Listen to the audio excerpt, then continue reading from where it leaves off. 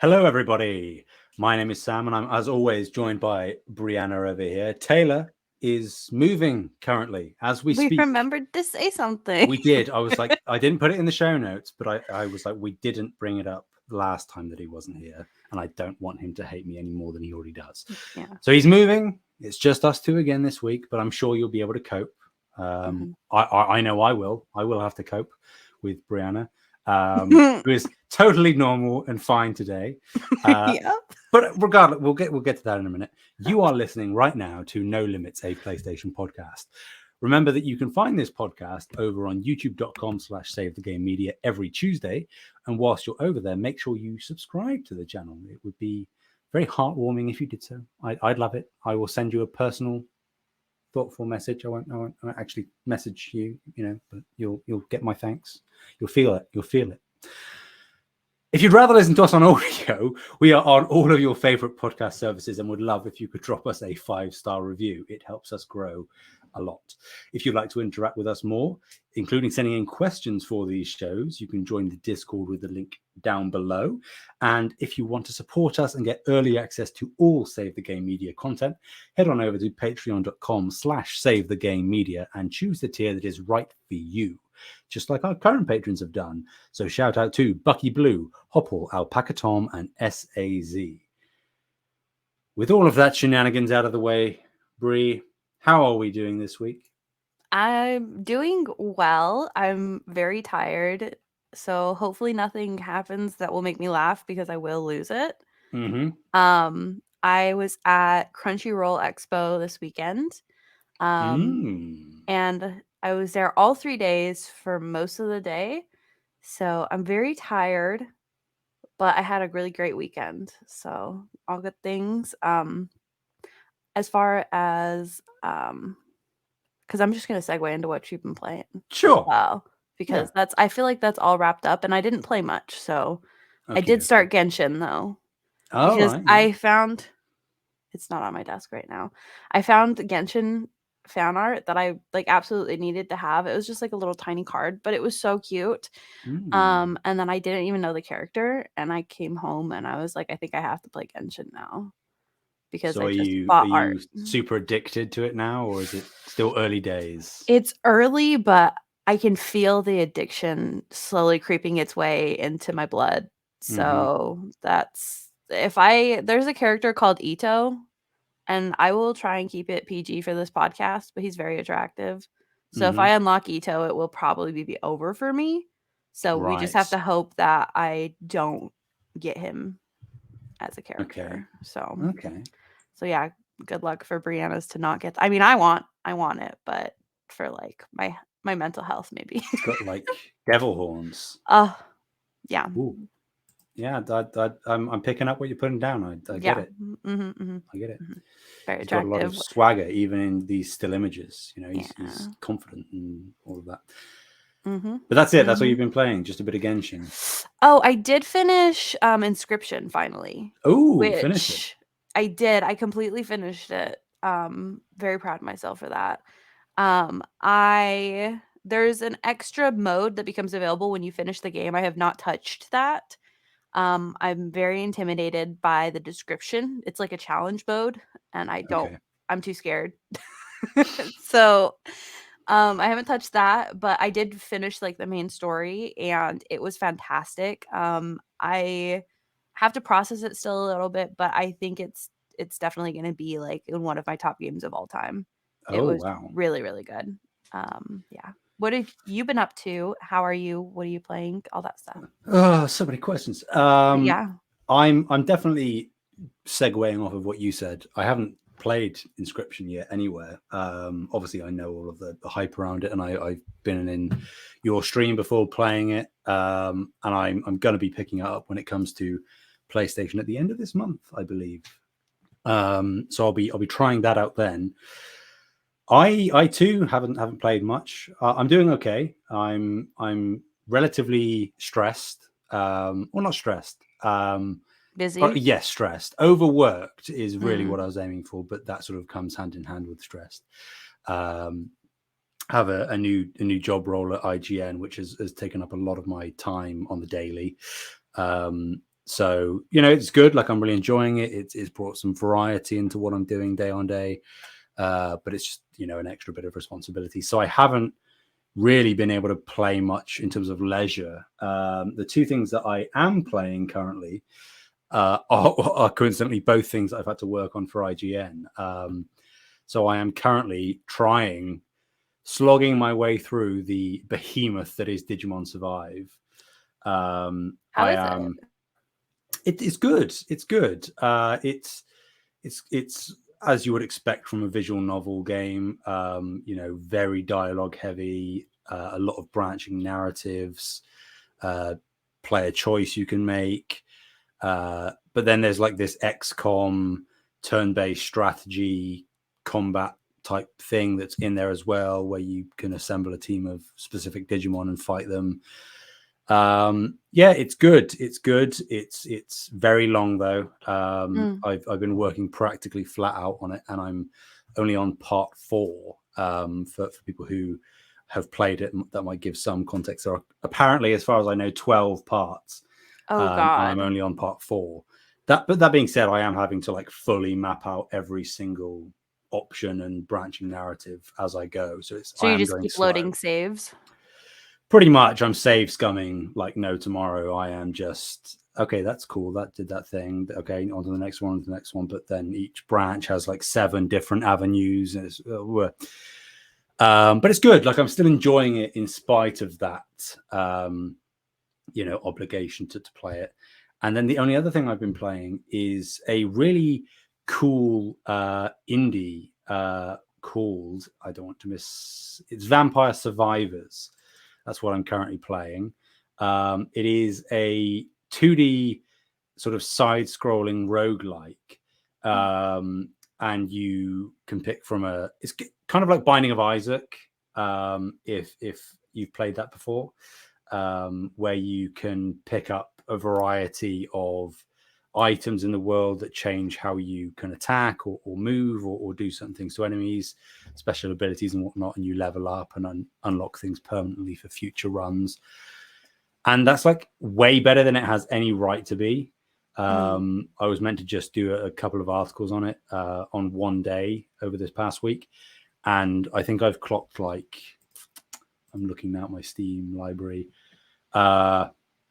22 hours even since I think I started Wednesday this week, so that's a lot. That is a lot. But it's really good. Like, would heartily recommend. I still think it's like maybe it was on sale when I bought it, but I think it might still be on sale by the time that this video goes up. I'm just going to check for you. Store page. Let's have a look on Steam as we go. It's not on sale, but it is £2.09. So I think that might equivalent to like maybe like $4 or just below $4. I can check if you want. That's probably a better option, isn't it, rather than me guesstimating. But it's like totally worth that. To me, it's a steal.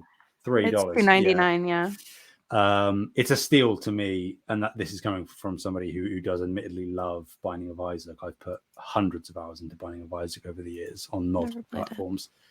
But yeah, like really, really, really nice little indie thing. Even if you only get a couple of hours out of it, I still think that price is worth it for what's there.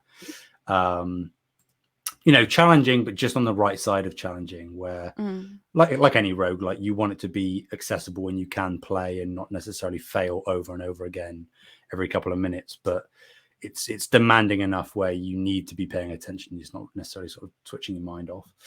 But those are the only two things I've been playing. Busy week otherwise. Yeah.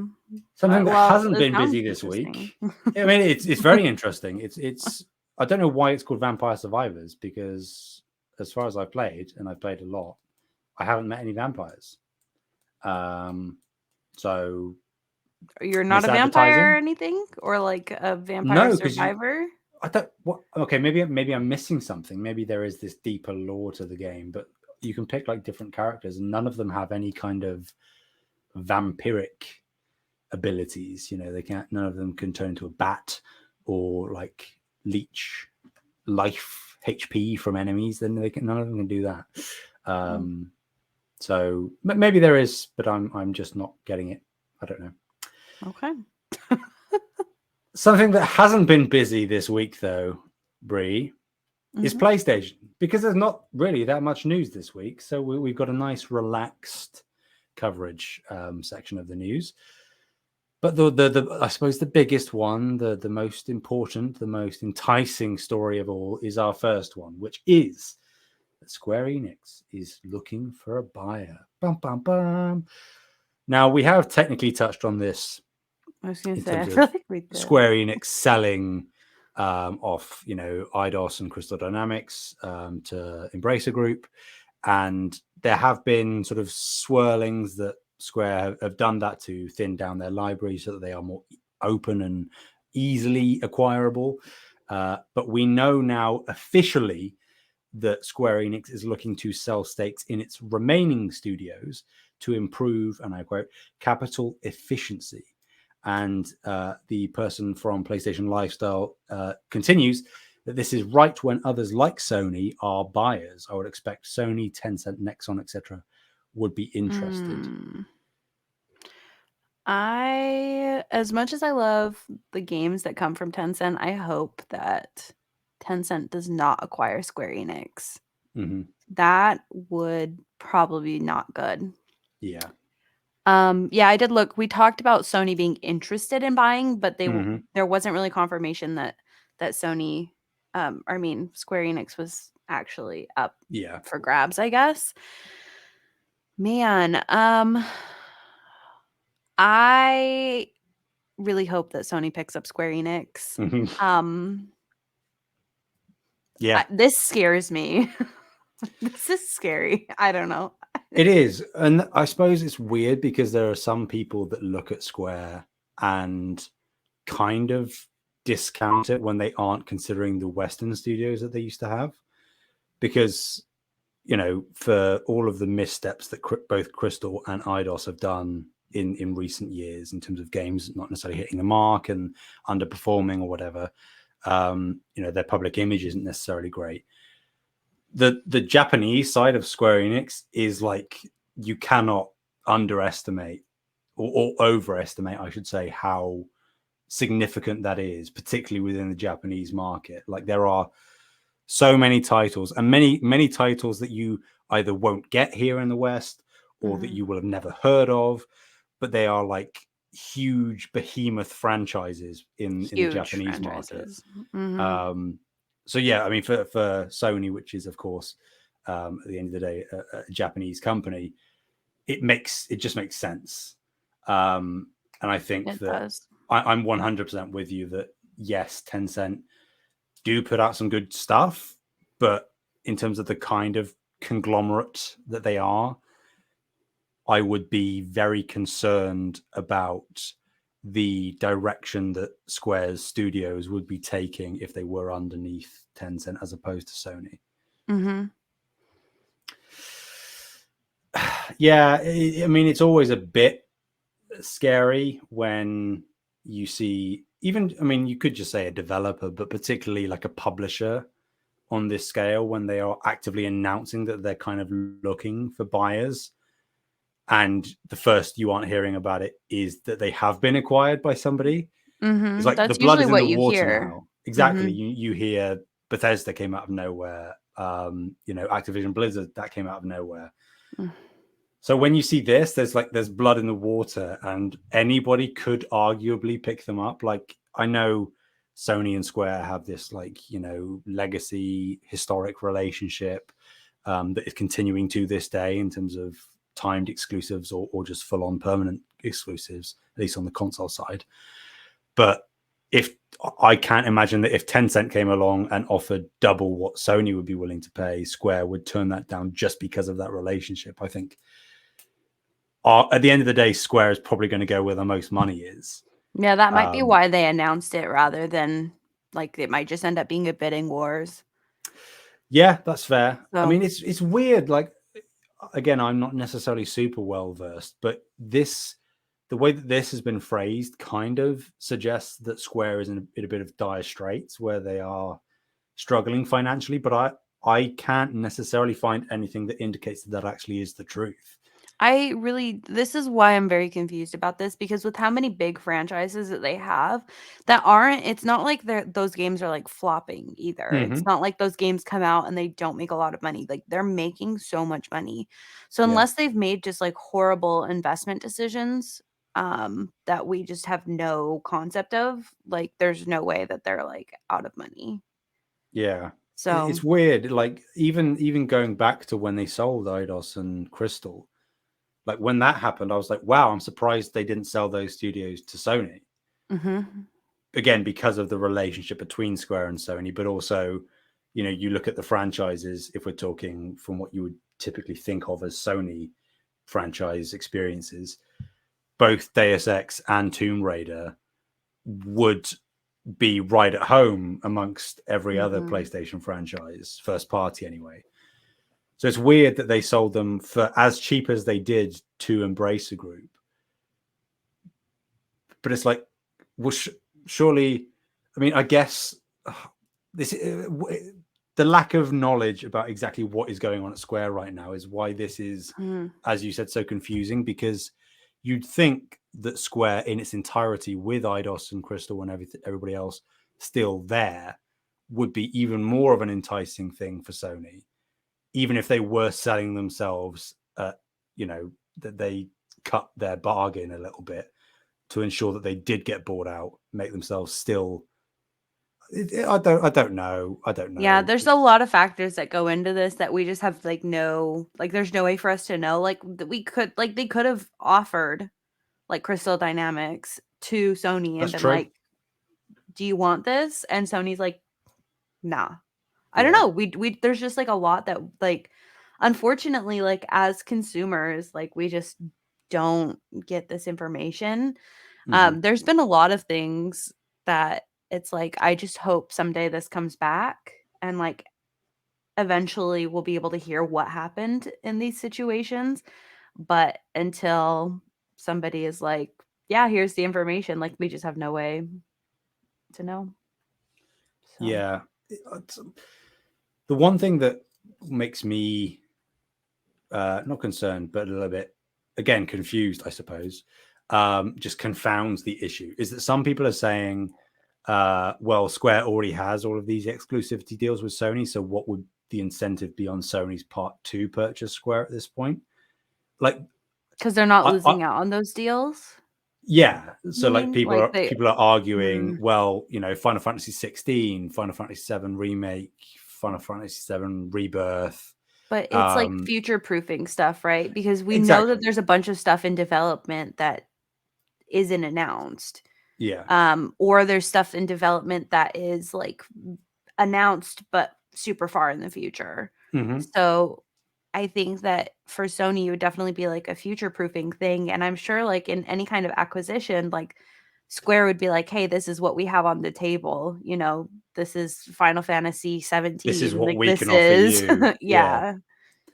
Yeah. Yeah, and also people who make that argument are kind of ignoring the fact that that's how pretty much every acquisition works, where most studios that have been acquired by Sony or Microsoft or whoever have at least had, in the majority of cases, some element of exclusive making history with that company. Like whether it's Insomniac, they did, Resistance, and they did Ratchet and Clank, and they even did the first Spider-Man, all while not being a Sony first party studio. So they made those exclusives, but Sony Mhm. decided to buy them anyway because, one, they're talented developers, and two, if you're having that close of a relationship anyway, why not just put a ring on it? So the same thing is here, that Square have for decades at this point had a intimate relationship, and a good partnership with Sony. That doesn't necessarily exclude the potential of an acquisition. It almost makes it more likely than not. Yeah. It's like, just get married already, get a room Exactly. already. Exactly. You're Mhm. practically already married, so why not just make it official? Mhm. Well, I mean, with that story out of the way, Brie, we're getting into a bit of negative stuff here. Oh, Do you God, want to take this is this one? I will, but I want you to know that NFTs are my least favorite thing right now. Mm-hmm. Okay. Is Sony gauging interest in NFTs after all? Please, God, no. A survey presented at Evo 2022 has asked PlayStation players what kind of NFTs they would be interested in. This follows the announcement of the PlayStation Stars loyalty program and the seeming clarification that the digital collectibles were not NFTs. There was no option to say no or not interested in the survey. Please, I know nobody from Sony is listening to this, but if you are, please no. Stop. Boop. No. I guess we should have seen the warning signs, right? Like But we talked about. I feel like I've seen NFTs drop off so much where people are finally realizing they're stupid. Yeah, but then there are still like outliers. Like you're just randomly on Twitter or somewhere else on social media, you'll get a random B or C tier celebrity come out and be like, "Hey, I'm partnering with this NFT company to produce blah blah blah blah blah." And you're like, "Well, surely have you not Okay, caught I'm on to the fact that so everybody?" confused by all of this. Yeah. It's in general, like all you have to do is like literally right click on an image and save it. Mm-hmm. Yeah. But Yeah. but they bought it. Someone help me. It doesn't make I don't sense. think Like, there's anything to understand here. It's just like NFTs just don't make sense. They don't make yeah. sense. I think that like if dude, I have no idea how to make NFTs make sense, but the Mm-hmm. way that they are set up doesn't make sense. Yeah. Yeah, like you're basically just buying a tiny, tiny, tiny smithereen of real estate on a hard drive or a server somewhere. And that doesn't mean that you own the thing that's on the hard drive. You don't even own the hard drive because you don't Mhm. physically possess it. You can't go to wherever that server or hard drive is, pick it up and say, "Well, I paid for this, so I'm taking it with me." That's not how Mhm. NFTs work as a Nope. system. So it's like you are legitimately paying to be able to think that you own something that is digital and therefore not real anyway.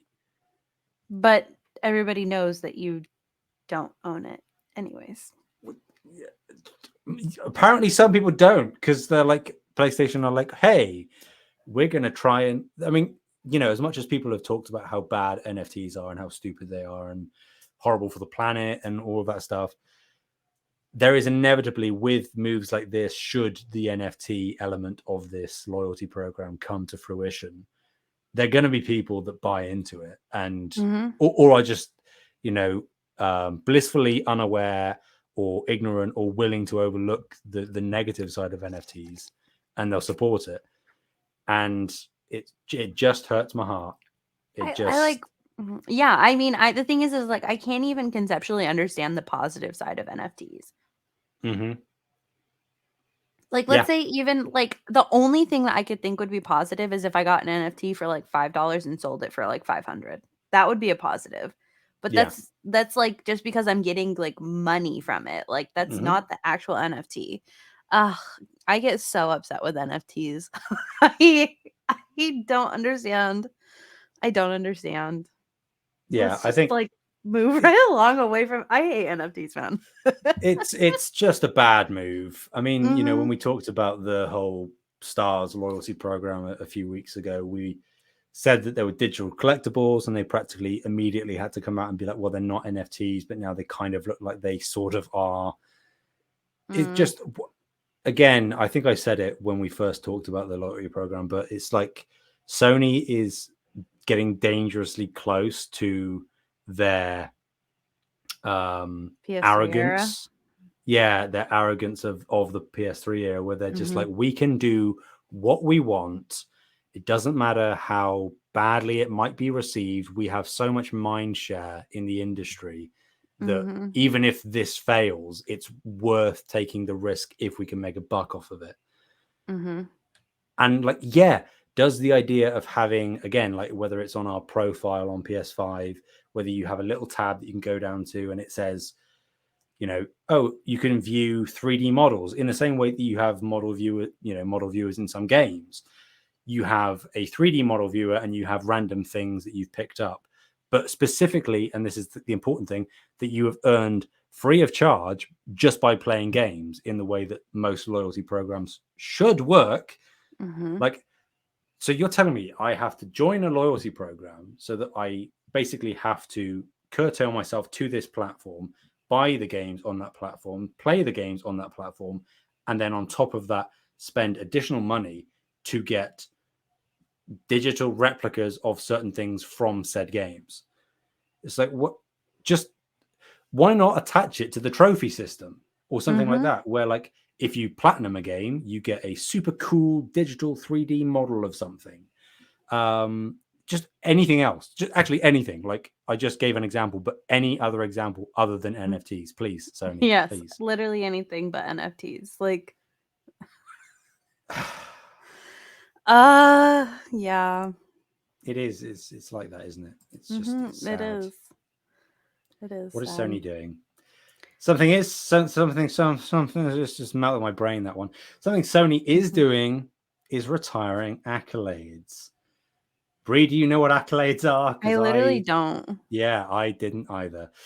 But this is a launch feature for the PlayStation 5 that was intended to create positive interactions between multiplayer communities. However, it has seen so little engagement that Sony has just decided to completely retire the feature later this year. For people that may need a refresher on exactly what accolades are, because I sure did, it was a thing. I think you can still actually see it on your PS5. God knows how you find it. But you could supposedly, after playing a multiplayer match in any game, you could send a player or a group of players a specific kind of like token. The token didn't do anything. It was just something that displayed on your profile. So I think one of them was like team player, or one of them it's like was honors. Yeah, exactly. Okay. I can tell you right now, I have played probably hundreds of multiplayer matches on various games since the PS5 has come out. I have not a clue of how to send an accolade. I have never received an accolade. I have never seen another player with an accolade. I wouldn't even know how to send one, even if I wanted to. So again, like, it's one of those things that was nice in concept, I think, but it's. I mean, obviously, it hasn't paid off because nobody's using it. But it's something that even they haven't pushed, because if they really wanted this to be a thing that was integral to multiplayer experience, they probably would have patched in like an alert or a notification or a tutorial even on how to send them. But we haven't. So it's going. Bye. Yeah. I guess. I mean, nobody's going to miss it. I don't think. The thing is like, I don't know.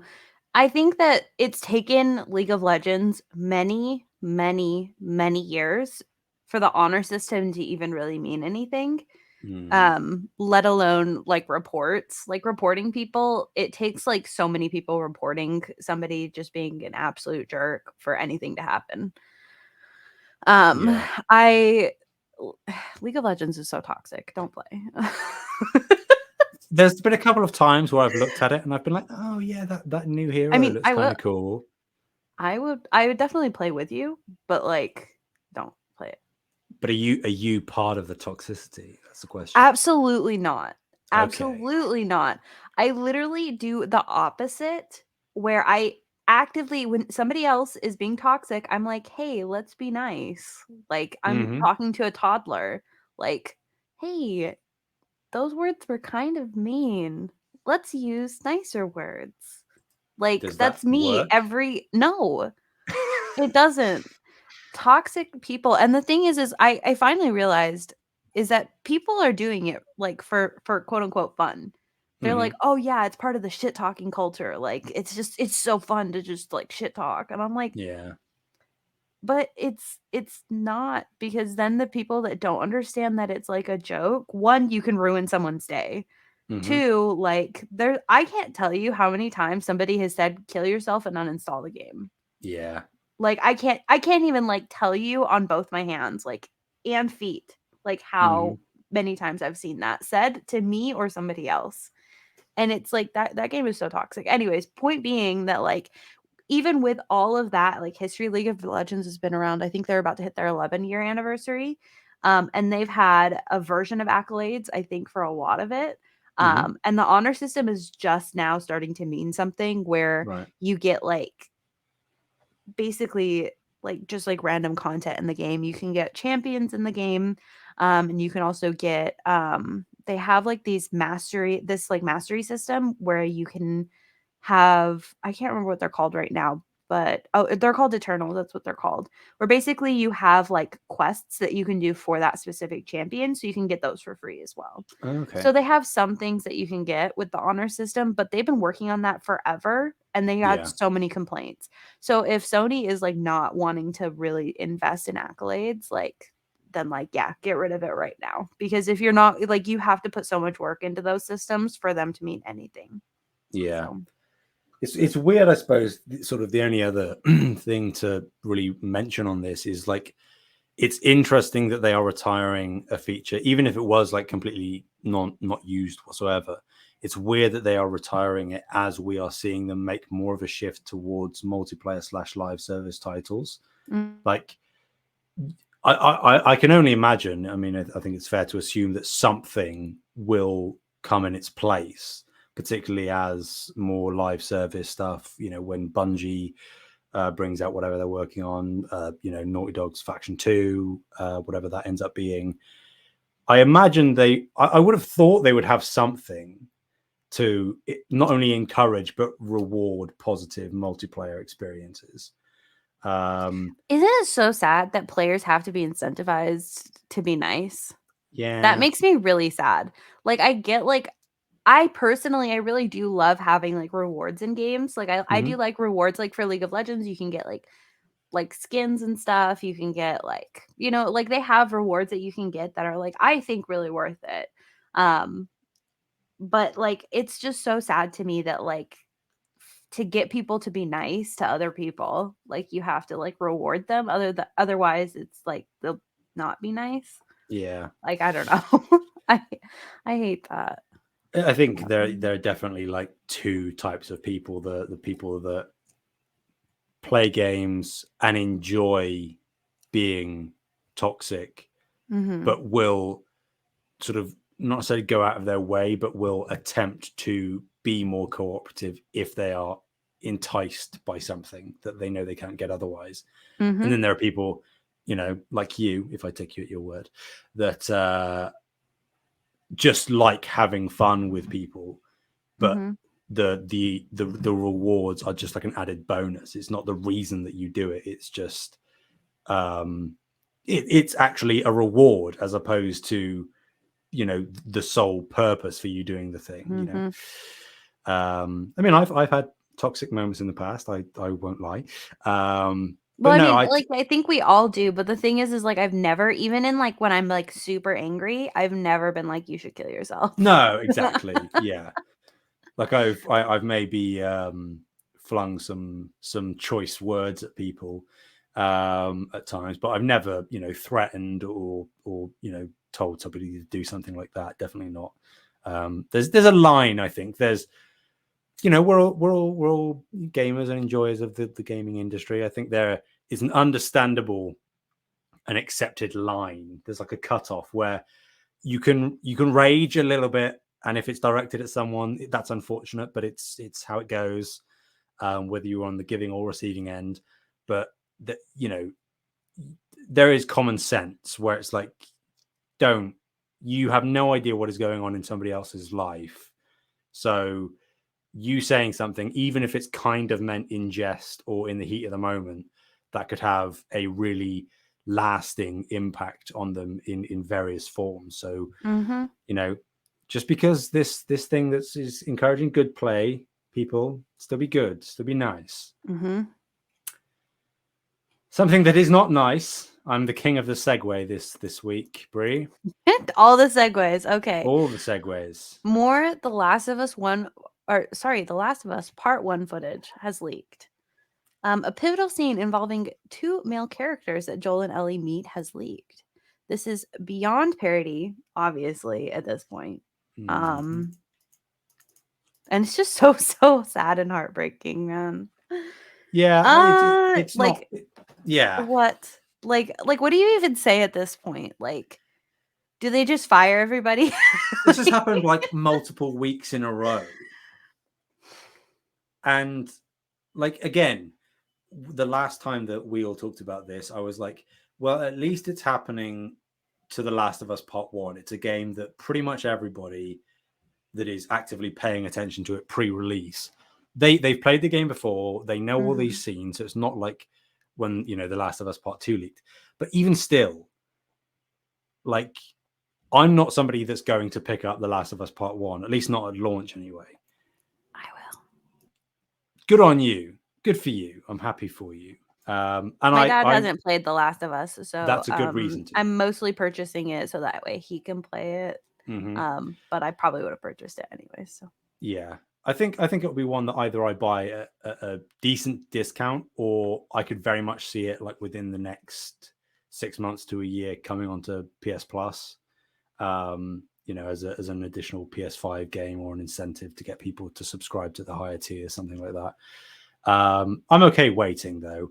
And I think like these kind of leaks really damage people's not incentive, but like desire to buy it.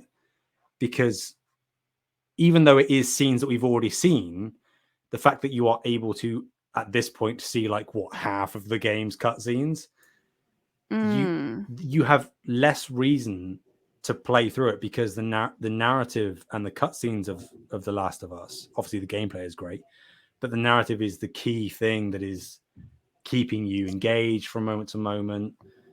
And it's like, I would you can see maybe so argue much of the it. other way, actually. Oh, interesting. Yeah.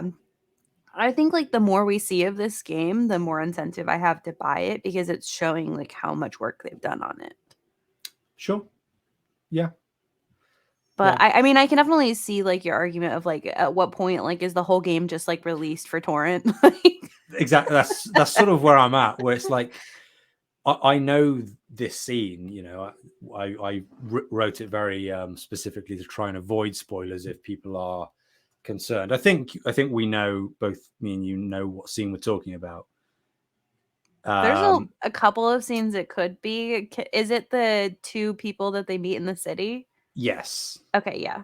How that arc concludes, shall we say? Oh, okay, interesting. Okay. So that is a sad scene to a very key story beat that is sad, as you say. Is that another Sam? Am I remembering the names wrong? Oh my god, there's so many Sams. Okay, go ahead. Sorry. It's a popular name for some reason. I don't know where it might be. It's just a good name, I think, for someone. Yeah. I'm with you. I get that. I mean, for people that. No, I was going to say for people that haven't played The Last of Us before, it might be more enticing to see as much of the game as possible to see how good it looks. But then maybe not that cutscene directly. Yeah. But the more of the game, I don't know. For me, and I think for me as somebody that's already played the game, I like to see more of the game because I already know what happens. I can't really get spoiled on it, but I get to see like those differences and have Naughty Dog prove that my money, like it's worth my money, basically. So I think that's why that, like, I don't want the leaks to happen, but that would be like the only positive side of it, I suppose. But yeah, for people who have not played The Last of Us and like this is like their like moment, I mean, just like avoid any Naughty Dog noise, like news at this point. Like, yeah, mute all those words on Twitter, avoid going on Reddit or Reset Era. Just don't do it. It's a minefield. Because it is, you know, this scene and others that have leaked are things that you really don't want spoiled. Even if you look at it and you're like, oh yeah, that does look good, you'll kick yourself if you haven't experienced the narrative as it's intended to, and this is how you see so much of the game, it's heartbreaking, as we wrote. So hopefully, I mean, we've said it before, but hopefully Naughty Dog get some kind of lid on this and they manage to figure it out. There has to be like one specific person at this point, right? Like, I think it may be a mixture of both, where there is somebody within Naughty Dog, maybe not even full time, just sort of part-time contractor work, that like a contractor or something. Yeah, maybe it's just trying to get clout, or just attention.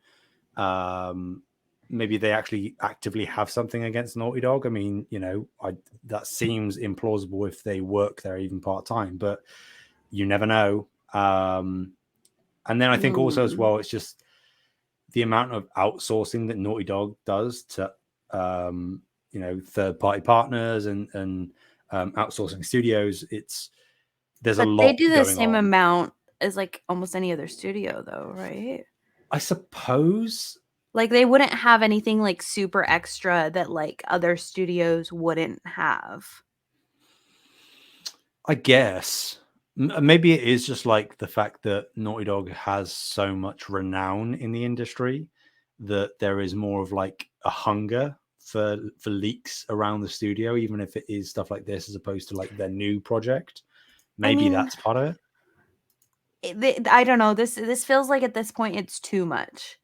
There's something else going on. There has to be something else going on, because I've never seen any other studio leak like this. Like personally, like I've been paying attention to video game news for probably about 10 years or so, off and on, and I've never seen anything like this that I can even kind of think of. I've seen leaks, obviously, like leaks do happen, but like I've never seen anything to like this extent and this consistent. It just keeps happening. So there has to be something more going on. I don't know what that more is, and like we could like I mean, I'm here for gossip all day, but there has to be something more. So I think that's the only logical explanation. I think it's, again, like I wrote, that it's beyond parody. It's happened so often now that we might as well just write in a new segment of this show that is, here's the Naughty Dog leak of the week. It's leak of the week. Oh, might have struck gold. I'm gonna bring a leak one week, and then I'll be like, look, it's the leak of the week. Oh God, you got fruit that shouldn't be doing what it's doing, and now you're bringing up vegetables. Stop it. And that, dear listeners, is the end of the news segment this week. As we said, there's not really that much. Most of the stuff we've talked about is relatively low level, not that big in terms of breaking news, but worth commenting on at least. It gives us a show. And the only thing that I really could think about with this news week in mind is a bit of a hypothetical. And the hypothetical is this, Brie.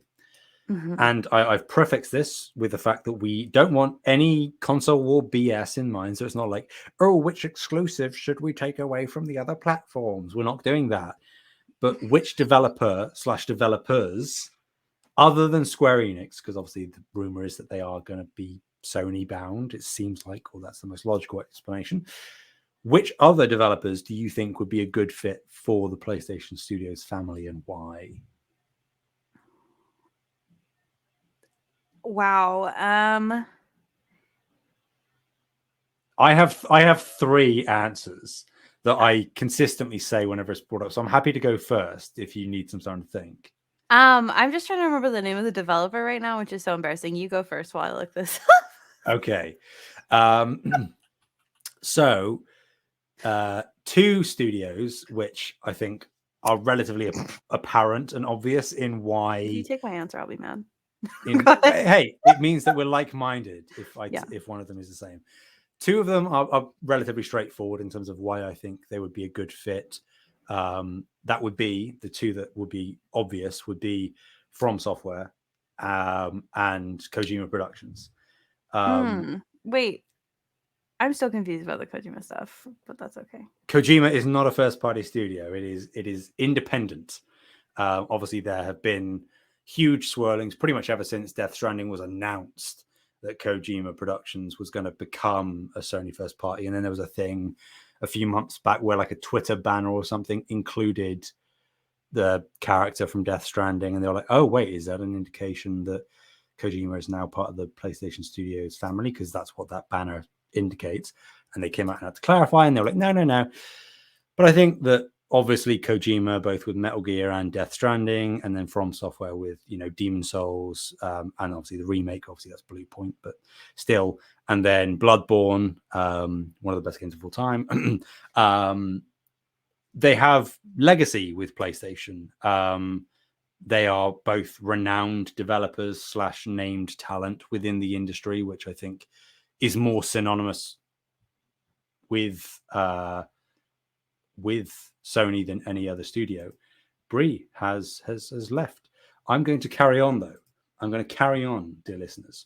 So why I chose those two to say first is because they seem the most obvious choice. You know, you think From Software, I think they could do a lot of really good stuff. Whether it's another Souls-like game or something completely new, whether they go back to something like Armored Core, that would be really awesome.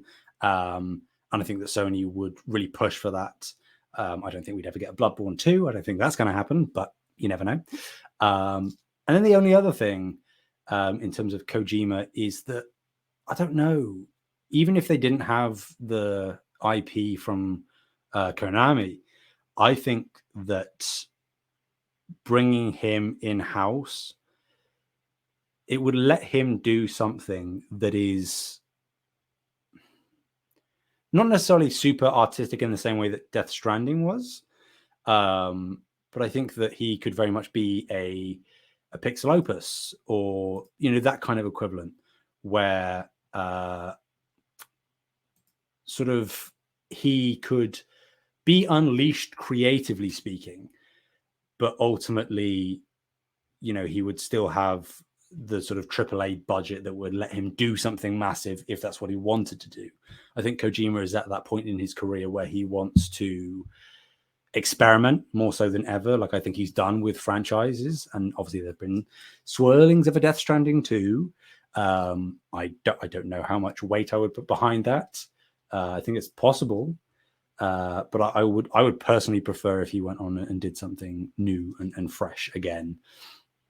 And then the only other thing, and Brie isn't even here to listen to it. She will be coming back shortly, I hope. I think her internet went down. My third choice will be Remedy.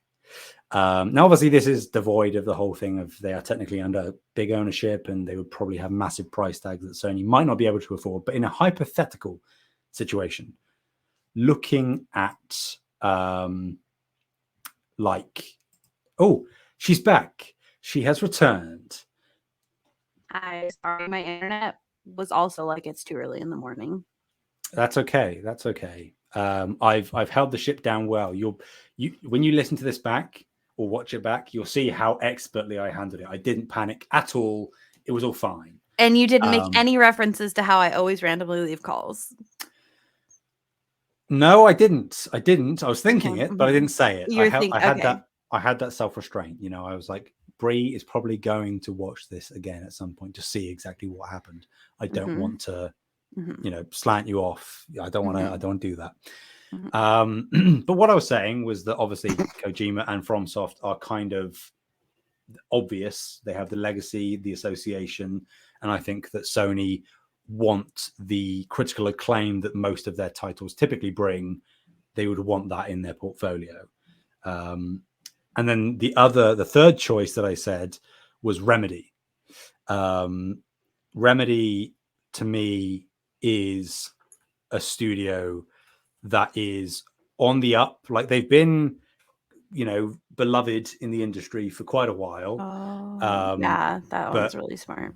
Control was they just rocketed up. They went stratospheric with their critical acclaim, and I think just like the hype behind their next project, particularly because they said they are doing like a Control sequel that is even bigger than the first one.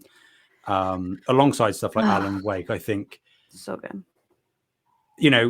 As much as people say, oh, PlayStation have too many third-person shooter action adventure games, I still think that the genres that Remedy focus on, that sort of gothic, creepy, Lovecraftian horror mixed with Twilight Zone sci-fi, I think that would be great alongside like Housemarque with Returnal, that kind of thing. Mm-hmm. We've seen it work for PlayStation already in that regard, so bring Remedy in. Yeah, for sure. What about you? I was going to say From Software. I think that one's like very I think with their Bloodborne exclusive, I think that one's pretty obvious. I don't necessarily. I think I would prefer From Software to remain independent. Mm-hmm. But if Sony was going to acquire somebody, I think that would be it would be a good fit and it would make sense. Yeah. I have not played Death Stranding, so I don't really have any opinion on Kojima. That's fair. I've never played any Kojima games, so they are very Marmite. I don't know that word.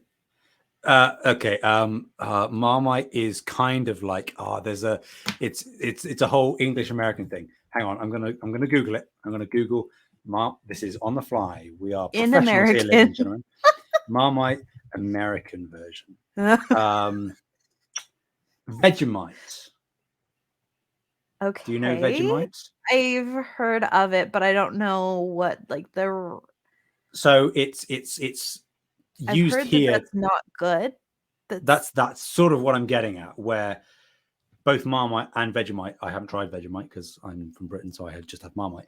It's typically used as a spread. It can be added to broths or stews or soups or something to add some flavor, but typically it's used as a spread on toast or something like that. Mm-hmm. It's a very sort of bitter, salty taste, and it's renowned for being an either you love it or you hate it.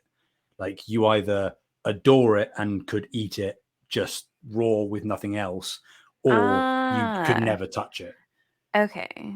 I see. So Kojima is kind of like Marmite, where either you really enjoy all/most of his titles, or you have never played them because you just won't like them. I don't know if I'll like them or not, but I have not played. I think a lot of his stuff is pretty sci-fi-y as well, which is not really my genre. However, I think if he did a true horror game in this gen, I think that would be where I'm at. I really like horror games. So yeah, well, I mean, obviously get my attention. He did PT, right? The playable teaser, which is you can't even get that anymore. So sad. I know it's sad. Konami is breaking my heart because they could very easily just re-release it. And I did have it, but I deleted it off of my PS4 before the whole controversy happened, and now I can never get it back. But yeah, the rumor is that obviously he is partnering with Microsoft. We found out relatively recently, I think, at their showcase. He's partnering with them for his next game, which doesn't necessarily mean the next game of his to release, but one of his next games, because he's got multiple projects. That's rumored to be the horror of the titles that he's working on. Well, good thing I got a PC because I don't. Yeah, exactly. Exactly. So not necessarily like Silent Hills. I don't think it's going to be attached to an IP like that, but just like an original horror game. Can you imagine a full PT game? I know.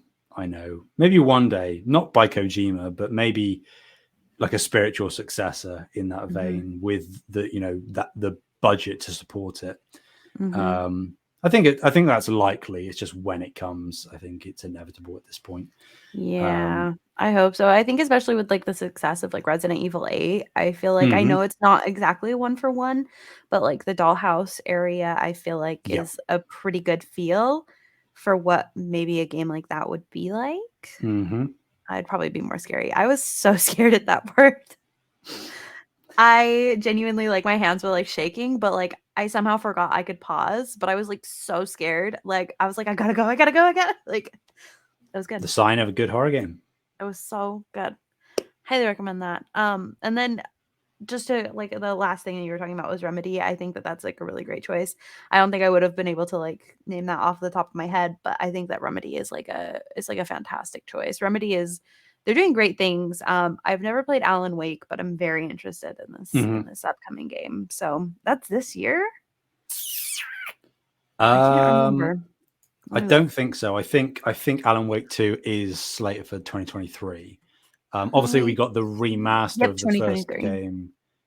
Remaster came out late last year or early this year, something like that.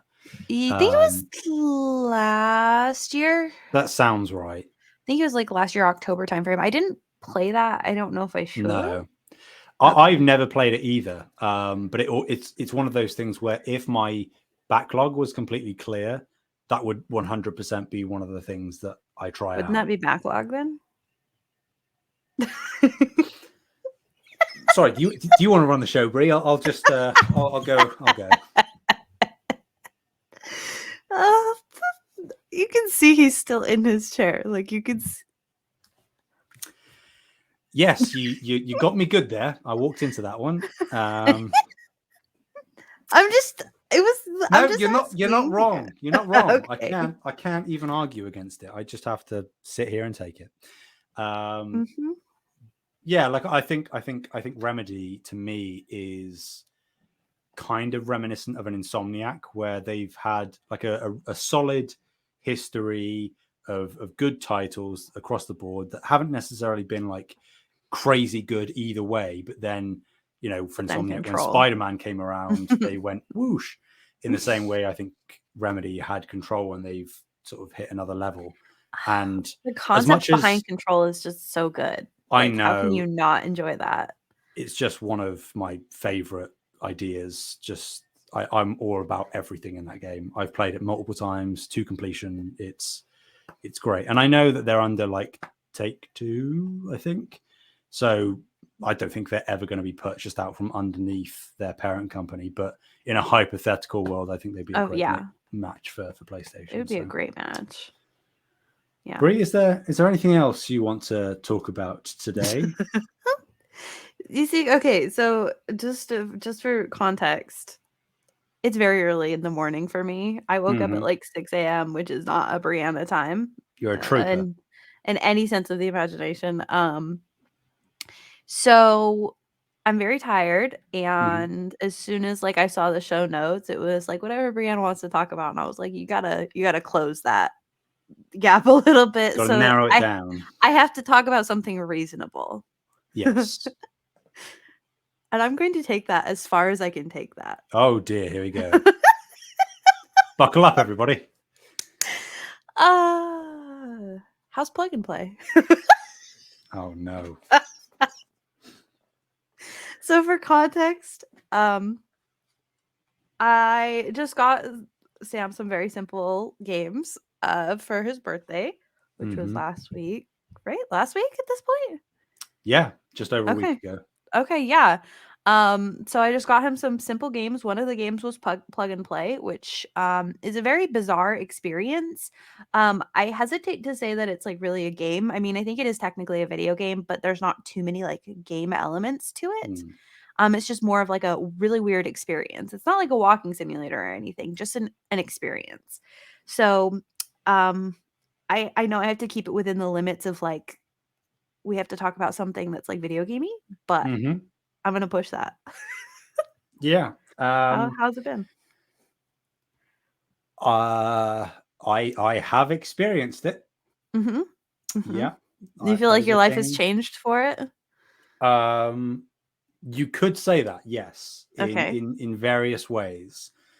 It is a unique experience. I can definitely say that. It is.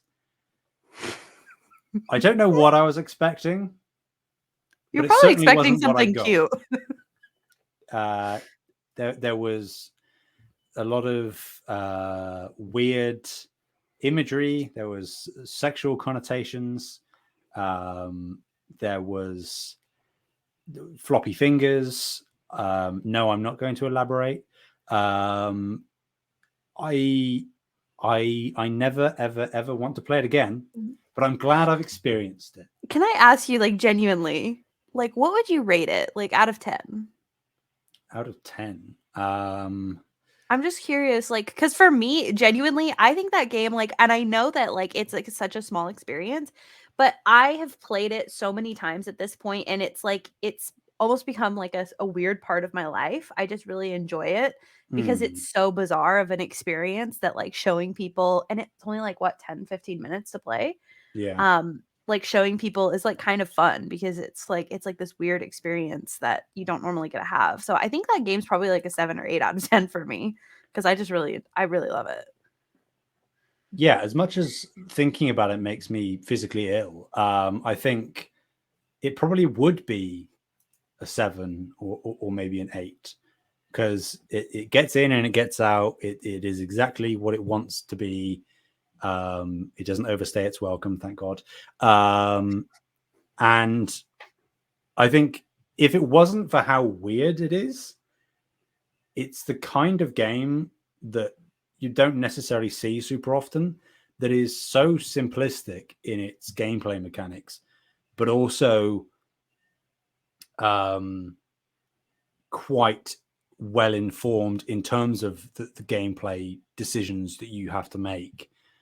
It would be a really good like introductory game to present to somebody that hasn't played any games before.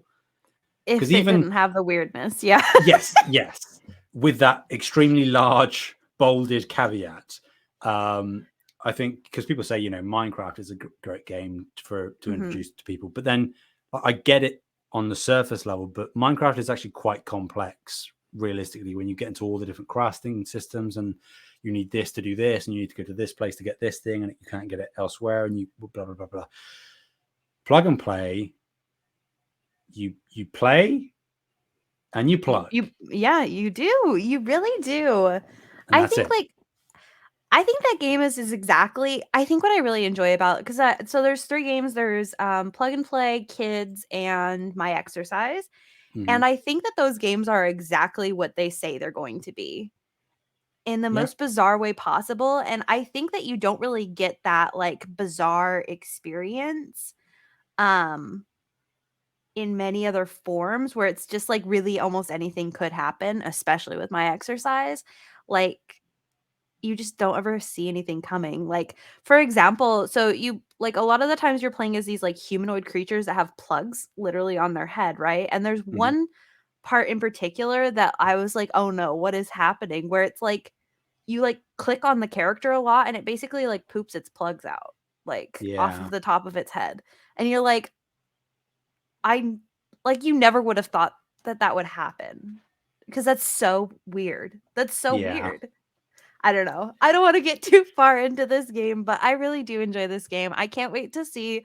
I'm I think you'll enjoy My Exercise the most. But I'm particularly interested to see how you feel about Kids. And if anybody's played these and has any sort of idea what the meanings behind especially Kids is, because I feel like there's a deeper message in Kids that I'm just completely missing. So I'm interested to see what you think, and then like if anybody else out there has played this really weird game, and if you haven't, they're only like $2 or $3 each, so just prepare pick yourself. it up. Prepare yourself, yeah. Yeah. Oh well, that was you brought something up that I've already tried to repress, and it's only Don't been a few worry, days. I'll like stream it at some point, send to you. Yeah. Yeah. Just keep spamming me with a link saying I'll be honest with you, I've already streamed it, but I'll stream it again. Yeah. I'm busy that day. That's a shame, isn't it? Otherwise I would have been there. You know what I'll do is I'll be like, let's play like Oberdin. No.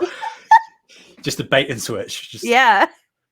My eye. No, I would never do that, but you totally would, but it's no, okay. I wouldn't. I'm so respectful of your time. I may hang up on accident all the time, but I'm very respectful of your time. There's a paradox there, but we'll forget it. It's okay. It's okay. Well, That was an interesting way to end this week's episode. You're welcome. Thank This you is what so you much get. for listening, everybody. You can find us on YouTube at Save the Game Media. And don't forget to check out our Discord if you want to hang out. Links are in the description, as well as links to our Patreon page. But in the meantime, Bree, where can people find you? You can find me at Fabulous Brianna, and that's FABULIST BREANNA. Please come hang out with me while I stream. My cousin has streamed one day.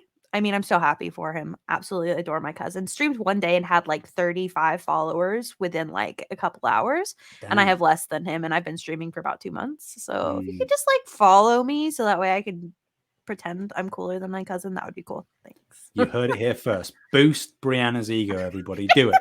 Go do that. Yeah, thing. where can people find you, Sam?